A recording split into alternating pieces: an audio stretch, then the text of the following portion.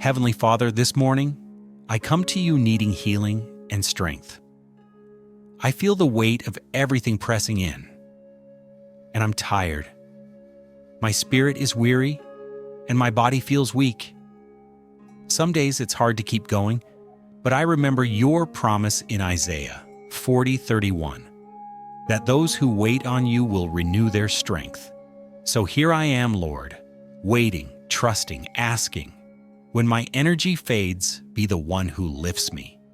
When I stumble under the load, carry me in your arms. Let your presence become my rest. Let your word breathe life into my soul again. Remind me that strength isn't always loud. Sometimes it's found in quiet surrender, in trusting you when I don't understand, in showing up even when I feel like giving up. You are my healer, my help, my hope. So I trade my weakness for your strength. I give you this day. Its battles, its burdens, its unknowns. I may not feel strong, but I know you are.